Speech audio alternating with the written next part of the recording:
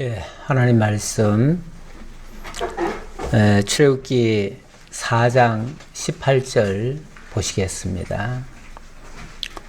모세가 그의 장인 이드로에게로 돌아가서 그에게 이르되 내가 애굽에 있는 내 형제들에게로 돌아가서 그들이 아직 살아있는지 알아보려 하오니 나로 가게 하소서.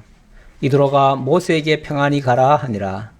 여호와께서 미디안에서 모세에게 이르시되 애굽에서 돌아가라. 내 목숨을 노리던 자가 다 죽었느니라. 모세가 그의 아내와 아들들을 나귀에 태우고 애굽으로 돌아가는데 모세가 하나님의 지팡이를 손에 잡았더라. 여호와께서 모세에게 이르시되 네가 애굽으로 돌아가거든 내가 너의 손에 준 이적을 바로 앞에서 다 행하라. 그러나 내가 그의 마음을 완악하게 한즉 그가 백성을 보내주지 아니하리니 너는 바로에게 이르기를 여호와의 말씀에 이스라엘은 내 아들 내 장자라. 내가 너에게 이르기를 내 아들을 보내주어 나를 섬기게 하라 하여도 네가 보내주기를 거절하니 내가 너의 아들 내 장자를 죽이리라 하셨다 하라 하시니라. 아멘. 예, 제가 조금 길게 읽었습니다. 길게 읽은 이유는 여기 22절과 23절에 보면요. 그 부분 다시 볼게요. 너는 바로에게 이르기를 여호와의 말씀에 이스라엘은 내 아들 내 장자라. 내가 네게 이르기를 내 아들을 보내주어 나를 섬기게 하라. 하나님이 모세를 애굽에 보내가지고 이스라엘 민족을 이끌어내는 목적을 분명히 하고 있습니다. 무엇 때문입니까? 그냥 이스라엘 백성이 불쌍했어요? 하나님이 이스라엘만 위하신다면은, 그럼 뭐 애굽은 불쌍하지 않나요? 어느 한쪽만 들어서 그렇게 할 수 있나요? 하나님께서 이스라엘 민족을 이끌어내시려고 하는 것은 일단은 하나님께서 이스라엘 민족에게 언약을 하셨습니다. 그 언약하신 것을 지키려 하심이고요. 언약은 또 왜 하셨는가? 거기에 분명한 목적이 있습니다. 하나님 자기 아들 삼으려고요. 예, 여기 이렇게 얘기했지요. 이스라엘은 내 아들 내 장자라. 이스라엘을 내 아들 삼고 내 장자 삼으려고 그런다. 이스라엘은 세계 만민 중에서 보면 어찌 보면 지극히 작은 한 무리일 수 있습니다. 그렇죠? 그들이 뭐 인구가 많거나 남들보다 뛰어나서 하나님이 그들을 선택한 게 아니고요. 어떤 면에서 그들은 다른 민족들보다 훨씬 적은 숫자입니다. 보잘것없어요. 지금 형편으로 보면요. 남의 나라에 들어가가지고 종살이 하는 민족이에요. 우리가 익히 알듯이 종살이 하는 민족이 그렇게 위대한 민족이라고 볼 수는 없잖아요. 처해 있는 환경도 안 좋고요. 여러모로 좋지 않습니다. 그럼에도 불구하고 하나님은 만민 중에서 특별히 이스라엘 민족을 내 아들 삼겠다는 겁니다. 내 장자 삼겠다는 겁니다.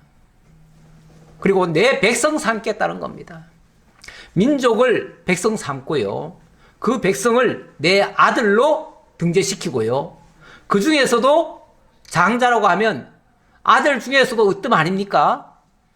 하나님께서 자기의 모든 소망을 거기다가 담아서 자기 장자로 삼겠다는 거예요. 원래 장자라고 하는 것은 전에 그 야곱에게서도 봤듯이 내 기력의 시작이라고 그랬어요. 내 모든 소망이 그에게 있는 겁니다. 내 모든 것을 거기에 쏟아붓는 것이고요. 그래서 장자는 같은 아들이라도 장자는 더 특별하게 생각하는 경향이 있습니다. 옛날부터. 물론 우리가 자식을 차별하면 안 되지만 그래도 맨 먼저 내 생명의 기운이 전달돼서 태어난 그 자식이 좀 더 남다르죠. 예.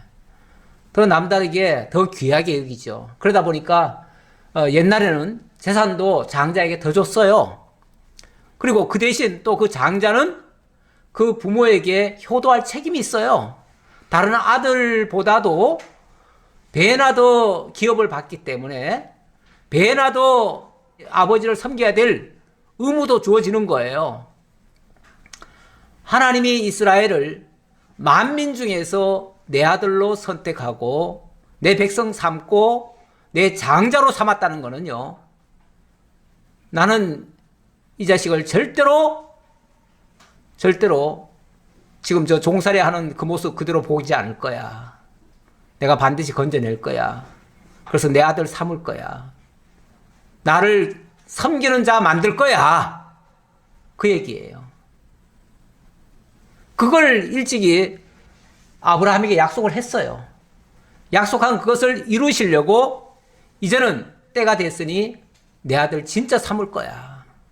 지금까지는 어찌 보면 그 자식들을 하나님이 못 본 채, 모른 채 내버려 두시기도 했어요. 하지만 이제는 때가 됐으니 내 아들 내가 챙길 거야. 그런데 만약에 하나님의 이 뜻을 알지 못하고 거부한다? 회방한다? 대적한다? 만약 그런 자가 있다면 그냥 안 둬. 그냥 내버려 두지 않아. 그런 자들은 내 원수야. 내가 그들을 징치할 거야. 내 장자를 안 내놓겠다고? 그러면 네 장자를 내가 죽일 거야. 내가 네 자식을 대신해서라도 내 아들 삼을 거야. 네, 우리네 부모들도 내 아들 귀합니다.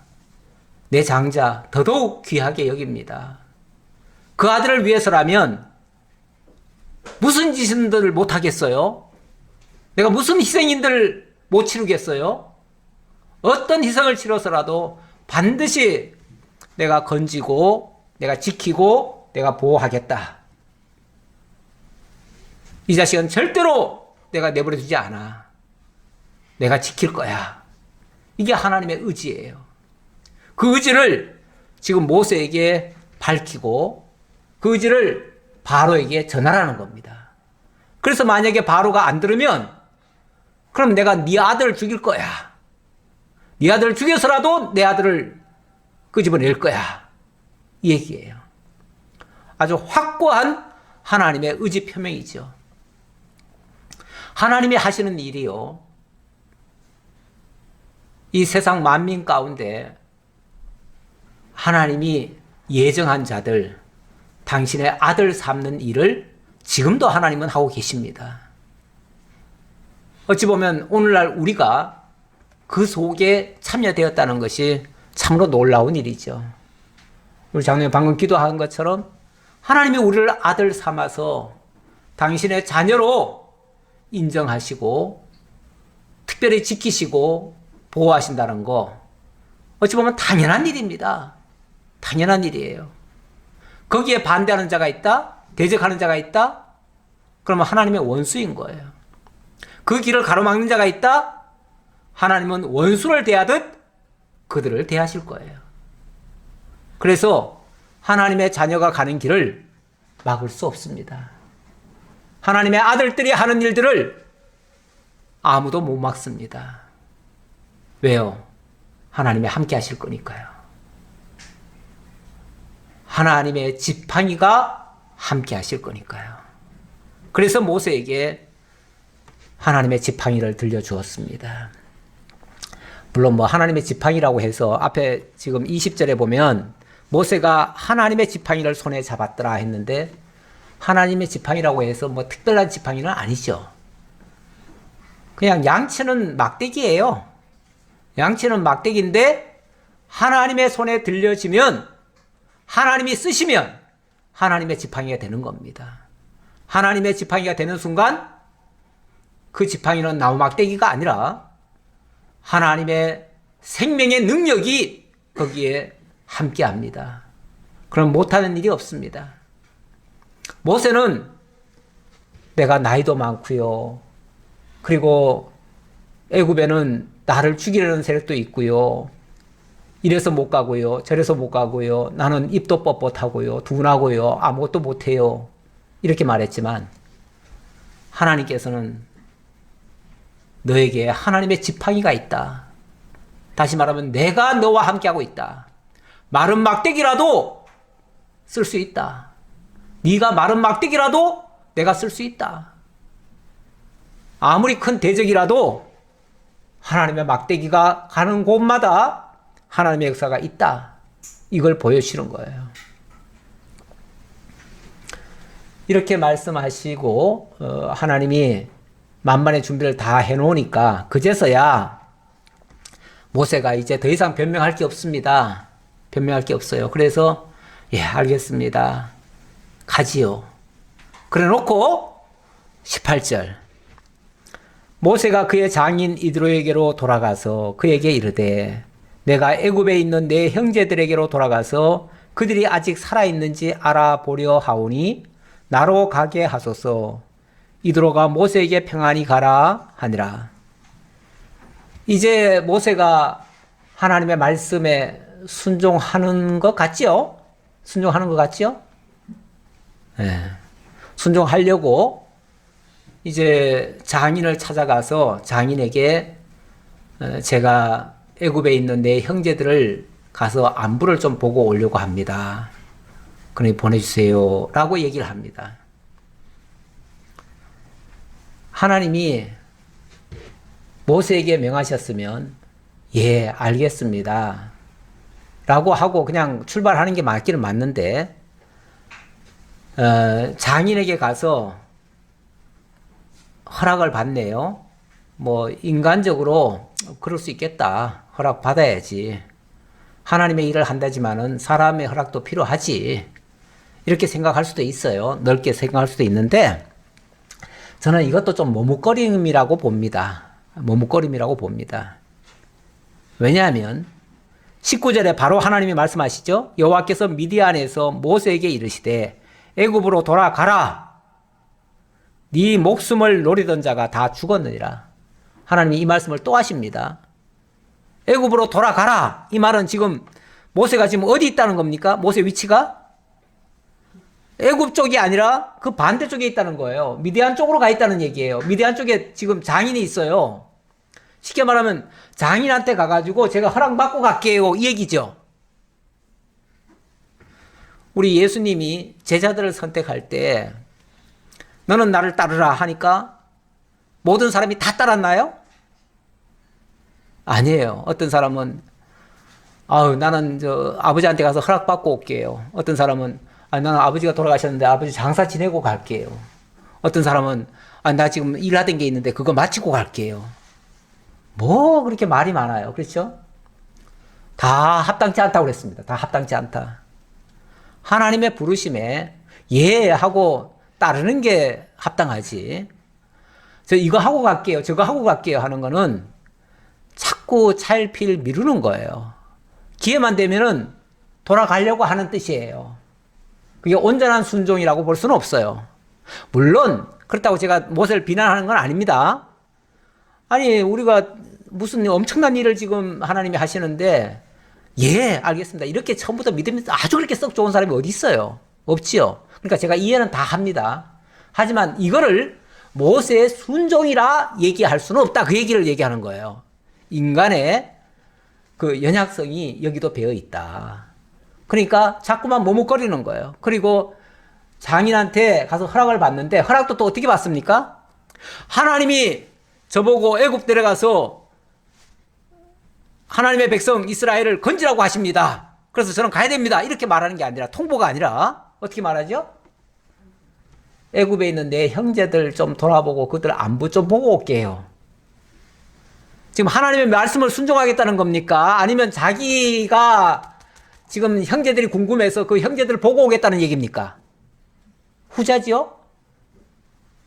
이거는 명백한 순종의 모습이 아니고 머뭇거림의 모습이에요. 그래서 제가 그 얘기를 하는 거예요. 우리가 하나님 알지 못하는 사람에게 자신있게 하나님 얘기하기가 쉽지는 않아요.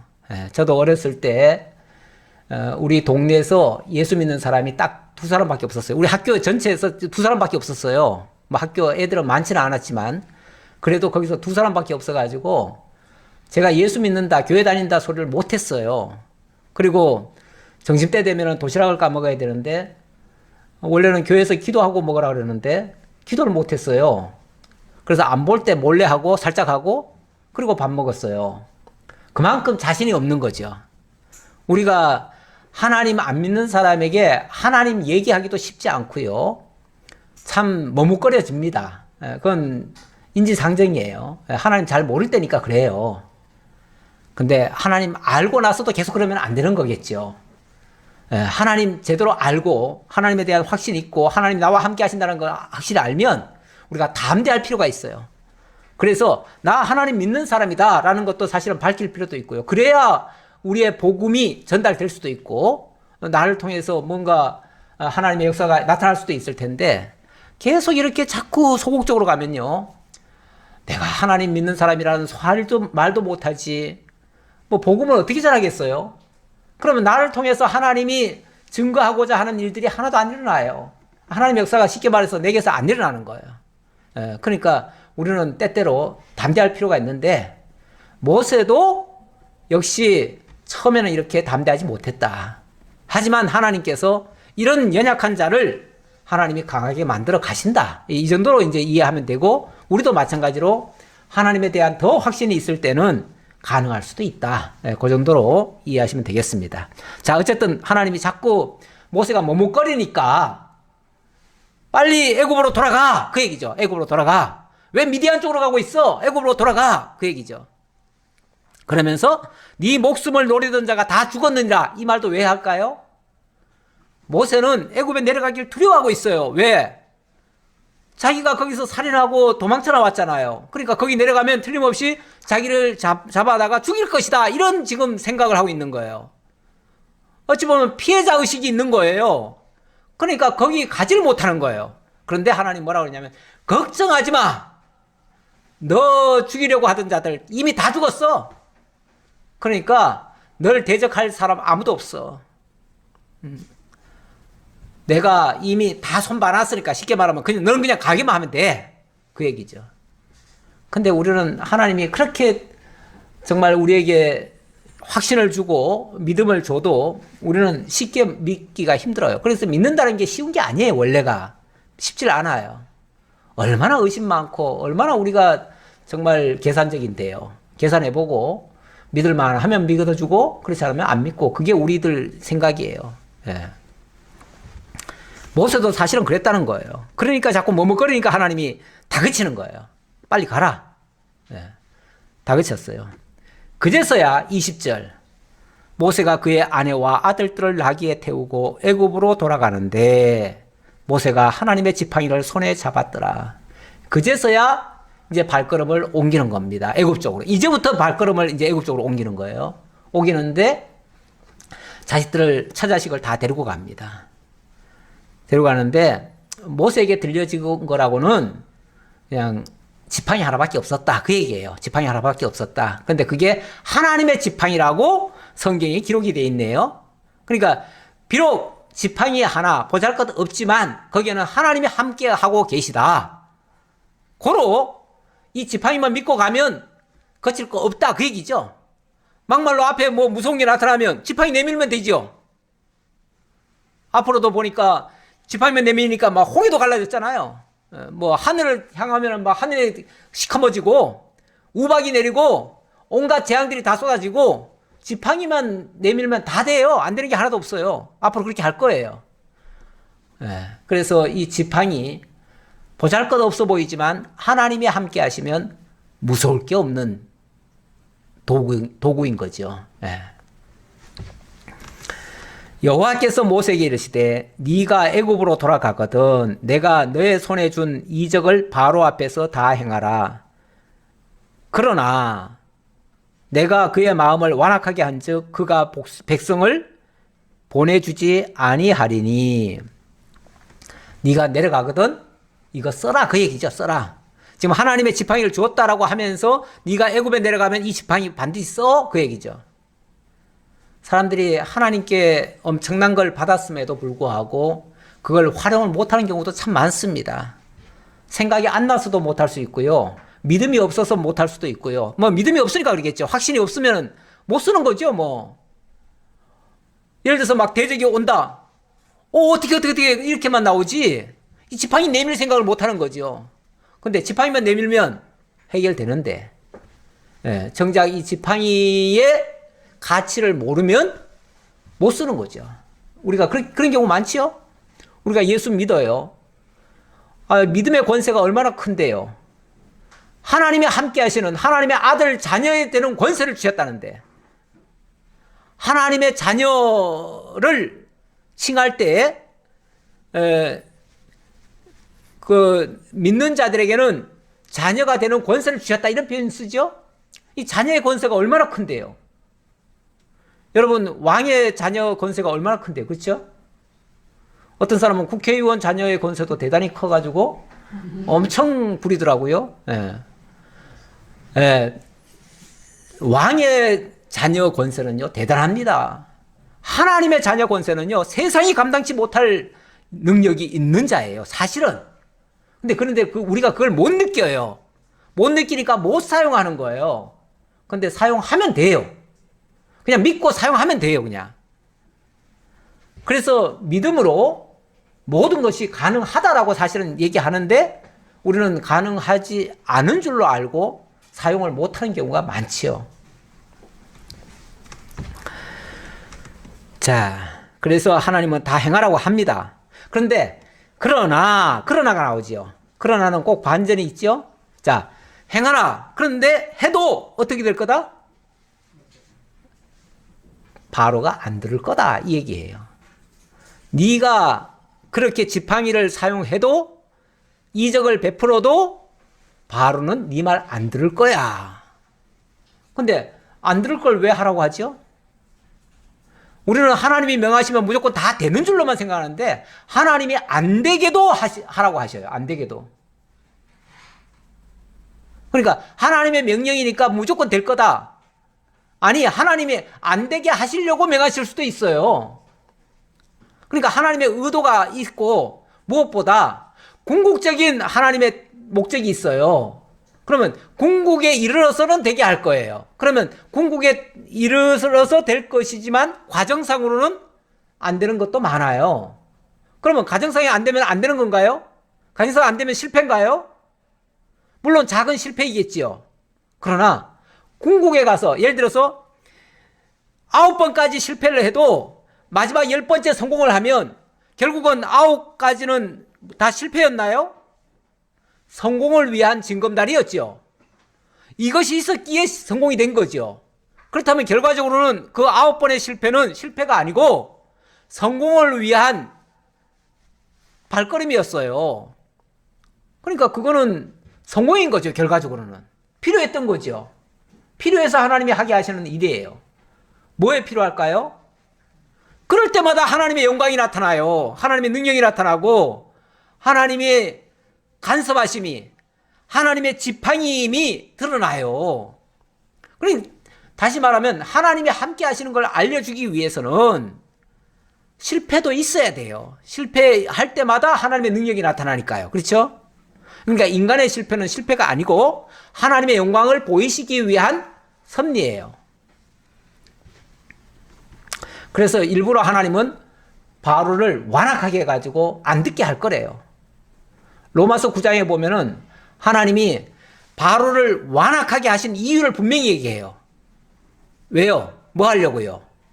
바로를 진노의 그릇으로 만들려고. 그래서 하나님의 영광을 보이시려고. 진노의 그릇이 있어야 진노를 쏟아 부어야 그 그릇에 하나님의 영광이 담길 거 아니에요. 그렇죠? 근데 하나님은 진노의 그릇만 만드시는 게 아니고 또 긍휼의 그릇도 만든대요. 로마서 9장에 이어서. 그런데 우리는 누구라고요? 우리는 진노의 그릇일까요? 긍휼의 그릇일까요? 긍휼의 그릇이래요. 긍휼의 그릇이니까 여기는 하나님의 사랑을 담기 위한 그릇이에요. 하나님은 우리를 어찌 보면 우리도 원래는 바로처럼 완악하고 대적하길 좋아하는 사람인데, 하나님 안 믿는 사람인데, 하나님이 우리 속에다가 하나님을 깨달아 알게 해서 믿어지게 해서 하나님의 긍휼을 받을 수 있는 자비의 그릇으로 만드시겠다는 거예요. 그러니 얼마나 감사하냐는 거예요. 네. 그러니까 이 완악의 그릇, 진노의 그릇이 있어야 우리가 정말 긍휼의 그릇인 것을 깨닫고 더 감사할 수 있는 거예요. 그래서 우리 하나님은 그렇게 완악한 자를 놓고 당신의 백성을 만드시는, 그 속에서 하나님 당신의 백성을 만들어 가시는 이런 역사를 하셔요. 아니, 좋은 환경에서 모든 게 슬슬 잘 풀리는 과정에서 하나님의 자녀들에게만 잘해주면, 그러니까 모든 조건 좋은 상태에서만 잘해주면 그 자식이 진짜 고마운 걸 알까요? 그 가치를 알까요? 잘 몰라요. 그래서 자녀들 너무 어려서부터 고생 안 시키고 호의호식 시키고 그냥 편하게만 지내게 하면요, 그 자식 한마디로 개차만 됩니다. 그런 경우가 많아요, 세상에 보면. 그래서 나중에 가서 부모의 모든 명예까지 다 얼굴에 먹칠까지 만드는 이유는요, 너무 귀하게만 자라서 그래요. 그 세상이 몰라요.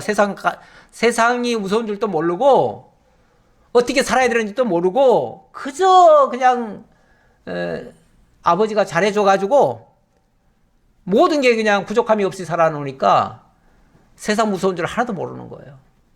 그렇게 되면 결국 그 자식도 망하게 하고요, 자기도 망합니다. 그렇게 키운 부모도 망합니다.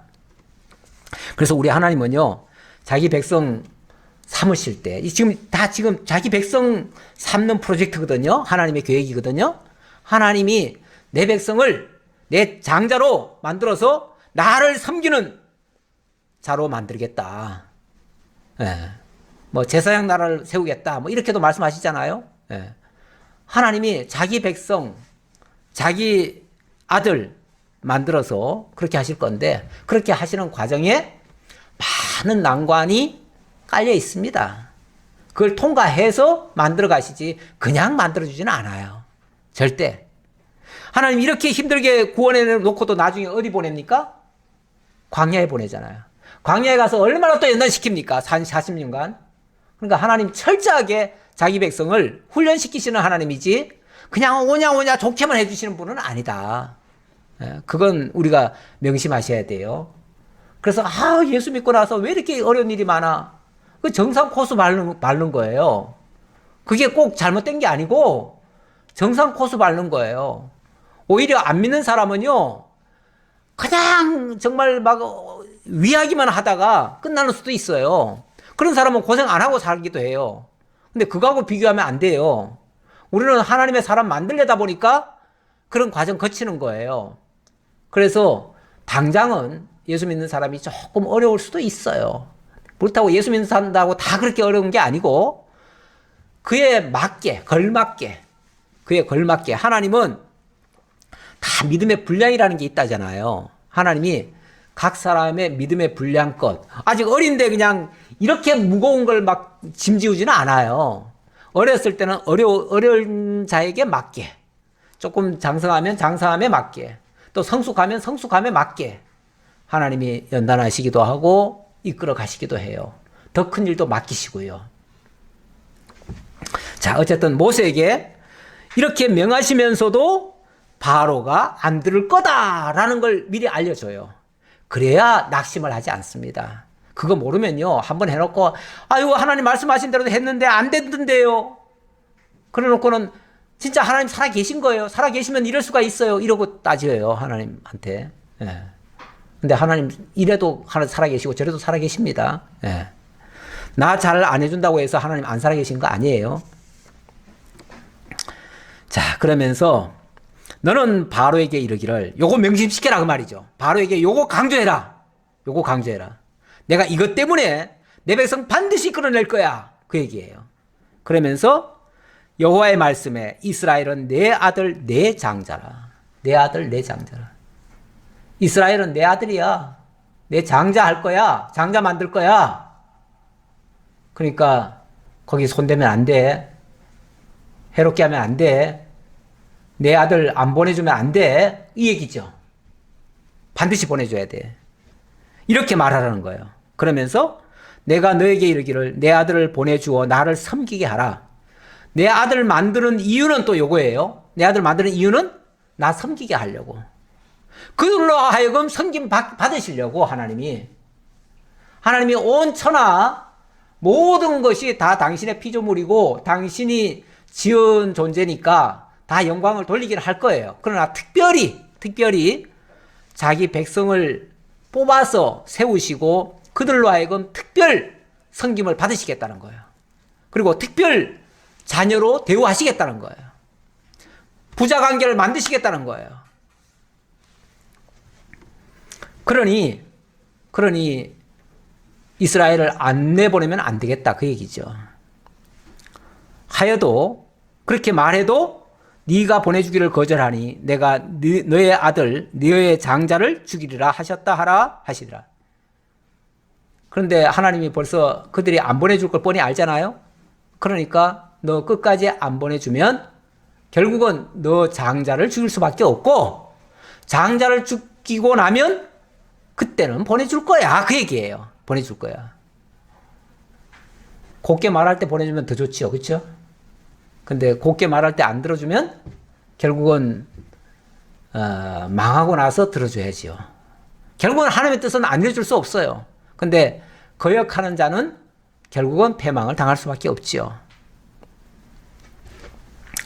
자, 이렇게까지 말씀하셨어요. 이렇게까지 말씀하시니까 예, 알겠습니다. 이제 하나님 말씀대로 내려가서 제가 명심하고 반드시 이 지팡이 가지고 이적을 보일 것이고 설령 바로가 그렇게 하더라도 제가 실망하지 않겠습니다. 네, 끝까지 제가 잘 하지요. 그렇게 결심했는지 모르겠어요. 근데 나중에 행동을 보면 알지요. 그렇게 했는지 안 했는지는 나중에 보면 알고 어쨌든 그래서 이 순간만큼은 자고한 결심을 하고 알겠습니다 하고 내려갔어요. 내려가다가 모세가 길을 가다가 숙소에 있을 때 여호와께서 그를 만나서 그를 죽이려 하신지라. 왜 하나님 갑자기 모세를 죽이려 하시죠? 왜 죽이시나요? 지금 하나님의 종 아닌가요? 하나님의 일을 해야 될 사람 아닌가요? 근데 왜 하나님이 죽이시려고 하죠? 죽이려 하는 이유는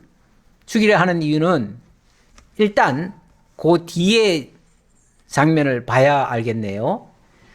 자, 25절. 십보라가 돌칼을 가져다가 그의 아들의 포피를 베어 그의 발에 갖다 대며 이르되 당신은 참으로 내게 피 남편이로다 하니 여호와께서 그를 놓아주시니라. 그때의 십보라가 피 남편이라 함은 할례 때문이었더라. 이 이유를 할례 때문이었다 이렇게 얘기를 하네요. 할례 때문이었다. 할례. 모세가 뭐 할례를 어떻게 했는데요? 자, 일단은 모세는 누구지요? 히브리인이에요. 원래 아버지 어머니가 다 레위인이에요. 그러다 보니까 당연히 모세는 태어나자마자 할례를 받았지요. 원래 이스라엘 민족은 아브라함 이후부터 난지 8일 만에 할례를 받습니다. 그래서 이거는 뭐 모세는 틀림없이 할례 받았어요. 받았는데 문제는 모세가 이방인으로 살았고요. 또 나중에는 이방인 미디안 제사장 이드로의 딸과 결혼했어요. 그러다 보니까 이방인이 돼버린 거예요. 그렇죠? 이방인이 됐으면은 이방인이 자녀를 낳았는데 할례 받았을까요? 혹시 모르겠어요. 모세는 할례 하자고 했을 텐데 그 부인이 반대했거나 미디안 이드로가 반대했거나 반대했을 수 있어요. 근데 결과적으로는 안 받았어요. 안 받은 거예요. 안 받았으면은 자, 할례가 뭐죠? 무슨 의미죠? 할례라고 하는 거는 하나님께서 아브라함에게 처음으로 할례를 명하셨어요. 아브라함 100세 때에 아브라함이 이제 하나님을 못 믿었잖아요. 못 믿으니까 하나님이 믿을 만한 증거를 주시고 내가 반드시 네 아들 이삭을 주겠다라고 말씀하셨어요. 예. 그래 놓고 할례를 받으라는 거예요. 그래가지고 아브라함은 100세의 할례를 받고 이스마엘은 예, 뭐 99cm, 100cm 자관 이삭 갖기 전에. 예. 그리고 이스마엘은 13살에 받고 그리고 나서 그 다음 해 100세 되던 해에 이제 이삭이 난지 8일 만에 할례를 받았어요. 그러니까 할례는 언제라도 받아도 돼요. 되긴 되는데 그때부터는 난지 8일 만에 받는 게 이제 정석이 된 거죠. 그래서 이스라엘 백성은 무조건 태어나면 할례를 받아요. 그 할례는 언약 자손의 표시예요. 표시예요. 그래서 할례를 받았다고 하는 거는 이제 앞으로 하나님의 자녀가 된다라는 뜻이에요. 하나님의 백성이 된다. 그 당시는 하나님의 자녀라는 개념보다는 하나님의 백성이다라는 개념이죠. 자, 그래서 할례는 이스라엘 민족이라면 반드시 받아야 됩니다. 그래야 되는데 지금 모세는 오랫동안 이방인으로 살았기 때문에 자식에게 아들 할례를 안 준 거예요. 안 줬는데 갑자기 하나님이 막 모세를 죽이시려고 하신 거예요. 죽이시려고 하면은 뭐 어떻게 죽이시려고 했는지는 모르지만 자꾸만 병이 들은 거예요. 그래가지고 꼼짝달싹을 못하고 움직일 수가 없어요. 그리고 그대로 내버려두면 죽는 거예요, 이제. 그게 이제 죽이시려고 한 모습이에요. 그러니까 그때 십보라가 돌칼을 가져다가 그의 아들의 포피를 베어서 그의 발에 갖다 대며 이렇게 얘기하는데 먼저 그 개역 성경에는 바로에게 던지며 이렇게 아마 표현되어 있을 거예요. 던졌대요. 예? 맞아요? 아닌가요? 아니고 바로라고 그러면. 예? 제가 뭐라고 그랬어요? 바로에게 던졌어. 바로에게. 그냥 제가 그냥 바람풍 그래도 그냥 바람풍으로 들으세요. 예. 저 모세 앞에다 집어 던졌대요. 얼마나 기분 나쁘면 던졌겠어요? 그러면서 하는 말이 당신은 참으로 내게 피난 편이로다. 나로 하여금 피를 보게 하는 자구나. 이게 피를 본다는 말은 굉장히 안 좋은 표현이에요. 사실은 이게 좋은 표현이 아니에요. 예. 우리가 피 흘렸다, 피를 봤다, 막 이런 거는 굉장히 안 좋을 때 하는 표현이에요. 예. 근데 결국 당신 때문에 내가 이 피를 봤다. 그 얘기잖아요. 그러니까 나는 하기 싫은데, 그러니까 나가 하기 싫었는데 당신이 죽는다고 하니까 하나님이 할례 안 주면 당장 죽인다고 하니까 할 수 없이 내가 지금 피를 본 거 아니에요? 하지만 나는 끝까지 반대한다. 이 뜻 아니에요? 그게 동의하는 게 아니에요. 동의하면 이렇게 말하지 않지요. 동의를 안 하니까 이렇게 표현을 한 거예요. 그래서 당신은 나의 피난편이다. 그제서야 여호와께서 그를 놓아주셨대요. 그러니까 하나님이 말씀하신 거예요. 야, 왜 네 아들 할례 안 시켜? 빨리 할례해. 그런데 누구 손을 통해서 하게 해요? 반대하는 자 손을 통해서 하게 하시는 거예요. 그러니까 모세는 꼼짝 못하게 만들어 놓고 모세 입에서 말이 나왔겠죠. 빨리 이 아들에게 할례 안 주면 하나님 나 죽이신대. 그러니까 할 수 없이 지금 할례 한 거 아니에요? 예, 하기 싫은 할례를.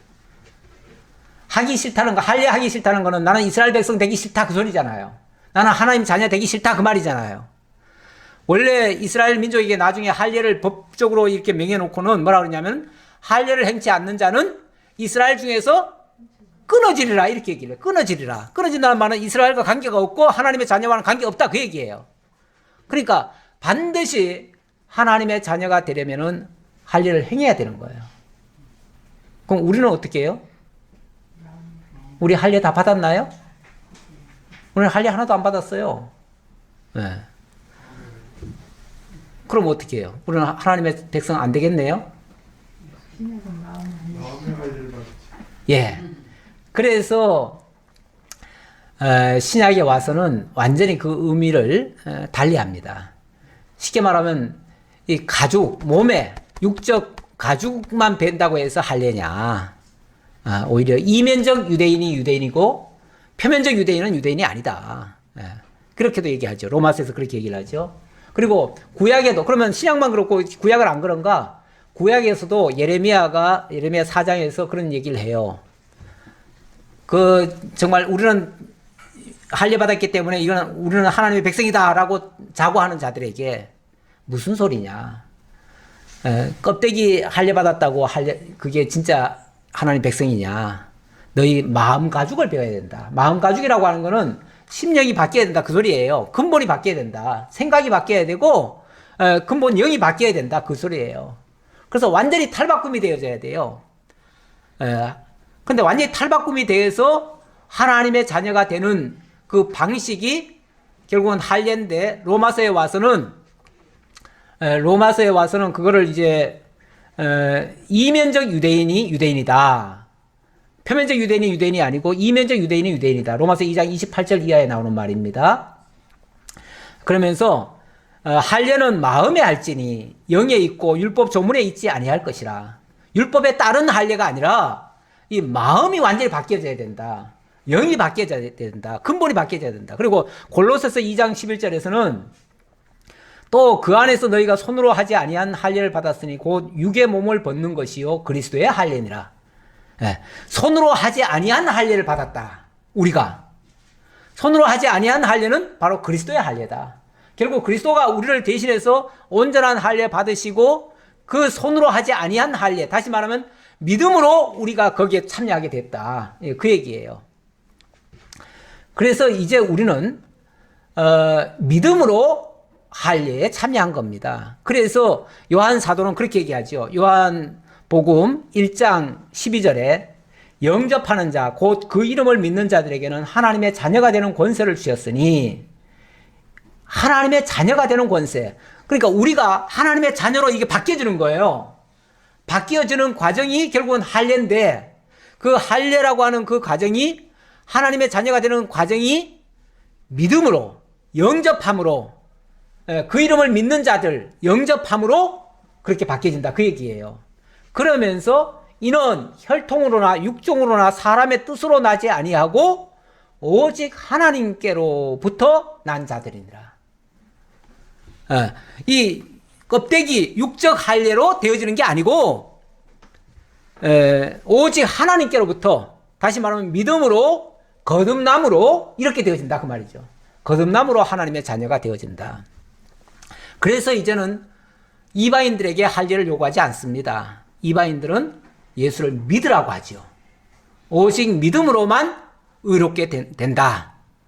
율법으로 의롭게 되는 것이 아니고 믿음으로만 의롭게 된다. 하나님의 자녀가 된다. 새 사람이 된다. 뭐 여러 표현이 있는데 다 같은 얘기예요. 결국은 할례라고 하는 것은 이전 거는 완전히 벗겨버리고 새 걸로 바뀌는 거예요. 이렇게 완전히 탈바꿈이 되는 것은 이제 믿음으로만 되어진다. 그 얘기인데, 자, 어쨌든 이제 다시 모세에게로 돌아왔어요. 자, 지금 모세가 하려고 하는 일이 뭐죠? 애굽에 내려가서 애굽에 있는 이스라엘 민족을 이끌어내서 하나님의 아들, 하나님의 장자를 만드는 거 아니에요. 장자 만들려면 당연히 다 할례가 돼야지요. 그런데 정작 아들 만들려고 하는 사람이, 할례를 다 시키려고 하는 사람이 정작 자기 아들을 할례를 안 시켰어? 말이 돼요, 안 돼요? 아니, 내 자식은 제대로 관리 못하면서 남에게 뭐 구원하겠다고 해요? 뭐 옛말에 그런 게 있죠. 수신제가 후 치국평천하라고요. 자기 자식 하나도 못 다스리면서, 가정도 하나 못 돌보면서 어떻게 나란 일을 하냐, 이런 얘기죠. 우리가 정말 자식이라고 하는 그 작은 하나님의 그런 기업을 맡겨주셨는데 그 기업 하나 못 다스리면서 이 큰 기업을 어떻게 다스리겠어요? 못하지요. 해서도 안 되죠. 그러니까 먼저 해야 되죠. 먼저. 그래서 네 자식부터 쉽게 말하면 먼저 할례시켜. 할례시켜야 내 백성으로 편입이 돼. 그렇죠? 그래서 내 백성 편입시켜 놓고 이제 애굽에 내려가서 하나님의 백성으로서 하나님의 백성을 이끌어내는 거죠. 그렇죠? 그렇게 해야지. 아니, 자식을 할례 안 시켜놓고 어떻게 다른 사람들은 구원시키겠다는 얘기입니까? 그건 또 말이 안 되잖아요. 그렇죠? 그래서 하나님이 먼저 이렇게 하셨다. 그것도 십보라가 그걸 반대했기 때문에 그 십보라에게 그걸 명심시키려고 이렇게 하게 하신 것이다. 그런 얘기죠. 여호와께서 아론에게 이르시되 광야에 가서 모세를 맞으라 하시매 그가 가서 하나님의 산에서 모세를 만나 그에게 입맞추니. 자, 모세가 하도 말을 안 들으니까 자꾸 입이 뻣뻣하고 나는 뭐 말도 못합니다. 그러니까 그제서야 하나님이 아론을 붙여준 걸로 생각하지만 지금 아론이 어디서 지금 만나죠? 하나님의 산에서 만났다고 그러잖아요. 광야에 가서 모세를 맞으라 하니까 그가 가서 하나님의 산에서 만났대잖아요. 광야에 있는 하나님의 산, 그 얘기예요. 그러면 광야에 있는 하나님의 산이 어디죠? 호렙산이죠. 호렙산. 거기에 하나님이 나타나셨으니까 그때부터 하나님의 산이라고 얘기하죠. 그러면은 하나님이 지금 모세는 쉽게 말하면 애굽으로 내려간다고 했지만 조금 가다가 지금 머물러 있는 중이에요. 근데 좀 가다 보니까 아론이 거기까지 온 거예요. 그러니까 하나님이 이미 아론을 언제부터 보냈다는 얘기예요? 진작부터 보냈다는 얘기죠. 그러니까 하나님이 모세에게 말하고 모세가 말 안 들으니까 그제서야 하나님이 응급처치로 아론을 투입한 것처럼 생각하지만 그게 아니고 하나님은 이미 모세에게는 가서 애굽 내려가라 했고 아론에게는 가서 모세 도와줘라 다 얘기했던 거예요 벌써. 우리가 하나님이 우리에게 뭘 시키실 때 나는 이것도 없고 저것도 없고 할 수 없는데 나 힘도 없고 이렇게 말할 게 아니라 하나님 다 계획이 있으니까 나보고 하라겠지 이렇게 믿고 가는 게 좋아요. 그러면 하나님이 분명히 세워놓은 게 있을 거예요. 하나님이 대책 없이 일 시키시는 분이 아니에요. 하나님은 다 대책이 있어요. 계획이 다 있으셔요. 그러니까 우리는 하나님 말씀하실 때 그냥 믿고 가는 것이 가장 상책입니다. 근데 자꾸 우리 계산을 앞세워가지고 계산해보니까요, 저는 이번에 가면은 이렇게 될 거고요, 저렇게 될 건데 안 돼요. 이렇게 나오면은 왜 네가 계산하냐 그래요. 왜 네가 계산하냐. 내가 할 건데. 이렇게 말씀하시죠. 그래서 드디어 아론을 만났습니다. 모세가 여호와께서 자기에게 분부하여 보내신 모든 말씀과 여호와께서 자기에게 명령하신 모든 이적을 아론에게 알리니라. 어찌 보면 아론과 모세 관계는 하나님이 모세에게 말씀하시고 모세는 아론에게 주어서 아론이 백성에게 전달하는 일종의 아론의 역할이 이제 중보자 역할이죠. 뭐 모세도 물론 중보자인데 중보자 역할이에요. 이 중보자 역할은 어찌 보면 양쪽의 입장을 다 고려해서 모두 만족을 시켜드려야 돼요. 그런 중요한 일을 이제 하게 하신 거다. 아론이 여호와께서 모세에게 이르신 모든 말씀을 전하고 그 백성 앞에서 이적을 구하니 드디어 이제 애굽에 내려갔습니다. 내려가서 아론이 그 대변자 역할을 하는 거예요. 대변자 역할. 우리 신약 시대로 말하면 예수님이 모세와 같은 선지자 이런 표현을 했고 그가 바로 예수 그리스도라고 얘기를 하지요. 그러면 예수께서 또 이 대변자는 어찌 보면 성령이시죠. 성령이 그 대변자 역할을 하시죠. 그래서 예수님이 성령으로 모든 역사를 하십니다. 어찌 보면 그런 모습에 대한 예표적인 모습이라고도 볼 수 있다. 그 정도로 말씀드리고요. 자, 그렇게 해서 이 백성 앞에서 이적을 행했다. 말씀도 전하고 이적을 행했다. 그러니까 말씀에 따르는 표적이죠. 말씀에 따르는 표적. 그 말씀을 뒷받침하는 이적이다. 그 얘기죠. 그런데 지난주에 그 얘기 했지요. 첫 번째 이적은 믿지 않을 것이다. 그러나 두 번째 이적은 믿을 것이다. 그랬어요. 그러니까 한 번의 이적으로 바로 믿어지지는 않아요. 처음에 분명히 모세가 가서 했을 거예요. 지팡이 던지니까 뱀이 되고 뱀을 잡으니까 또 지팡이가 되고 손을 넣으니까 문두병이 나오고 손을 빼니까 또 다시 멀쩡해지고 이런 모습 보여줬는데 아마 반신반의했을 거예요. 그런데 두 번째 이적 또 보이죠? 나일 강물을 떠다가 땅에다가 부으니까 붉게 다 피가 돼버려요. 그런 걸 보면서 부인할 수가 없죠. 부인할 수가 없죠. 그래서 믿어지는 거죠. 우리 하나님께서 우리에게 믿음을 주실 때도요, 단번에 믿게 하시는 게 아니고 이렇게 자꾸 확신을 주시는 거예요. 그러다 보니까 어찌 보면 반복의 역사가 일어나요. 반복이라고 하는 거는 어찌 보면 실패가 됐을 때 반복이 일어나잖아요. 그렇죠? 예. 한 번이 돼버리면 두 번 할 것도 없잖아요. 근데 한 번 했는데 안 돼. 두 번 했는데 안 돼. 그러면 세 번째 하잖아요. 뭐 3세판 하듯이. 세 번째 하면은 그 다음에는 안 믿을 수가 없잖아요. 부인할 수가 없어요. 예. 원래 증인도 한 증인은 믿지 않아도요. 두세 증인이면 믿으라고 돼 있어요. 그렇죠? 믿을 수 있잖아요. 이렇게 하나님이 두 번째 이적을 통해서 확신을 주니까 어떤 결과가 나옵니까? 31절. 백성이 믿으며. 이렇게 나옵니다. 백성이 믿으며. 예. 확신을 주시는데 안 믿을 수가 없지요. 부인할 수가 없지요. 그래서 믿으며 여호와께서 이스라엘 자손을 찾으시고 그들의 고난을 살피셨다 함을 듣고 머리 숙여 경배하였더라. 여호와께서 이스라엘 자손을 찾으셨다. 그리고 고난을 살피셨다. 이게 얼마나 감격스러운 얘기인지 몰라요. 사실 우리도 어찌 보면 이 지금 세상이 참 어렵습니다. 지금은 더더군다나 코로나 때문에 어디 나가지도 못하지요. 뭔가 자유가 자꾸 억압되는 것 같지요. 거기다가 그나마 두 발 멀쩡해서 걸어다니는 사람은 덜해요. 그런데 혹시라도 몸이 안 좋고 불편하신 분들은요. 집에 처박혀가지고 나가지도 못해요. 어디 정말 참 해를 당할까봐 밖에 함부로 나가지는 못해요. 그런 사람들은요. 온 세상이 나를 버린 것 같아요. 사실 이럴 때 좀 병들고 약하신 분들이 제일 외롭습니다. 힘들어요. 네. 그때는요, 남편도 소용없어요. 남편이 평소에는 의지가 좀 될까 했는데, 그럴 때는요, 아무도 안 도와줘요. 네. 도와주는 이도 없는 것 같아요. 그 세상에 혼자 고아처럼 떨어져 있는 것 같아요. 얼마나 외롭고 힘들고 고통스럽겠어요.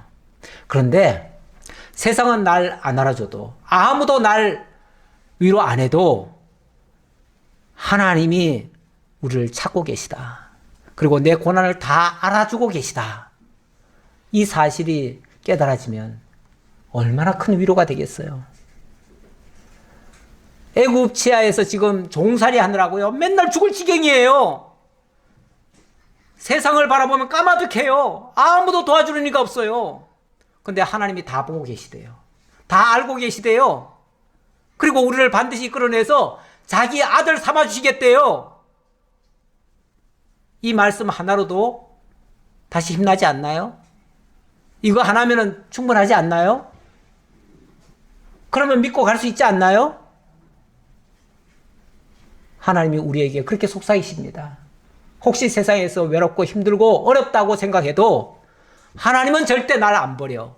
나와 함께 하시오. 끝까지 당신의 지팡이를 내 손에 들려주고 나라와 하여금 세상을 향해서 내밀라 하셔요. 그 믿음 가지고 승리하며 살아가시는 여러분들 다 되시기를 진심으로 기원합니다.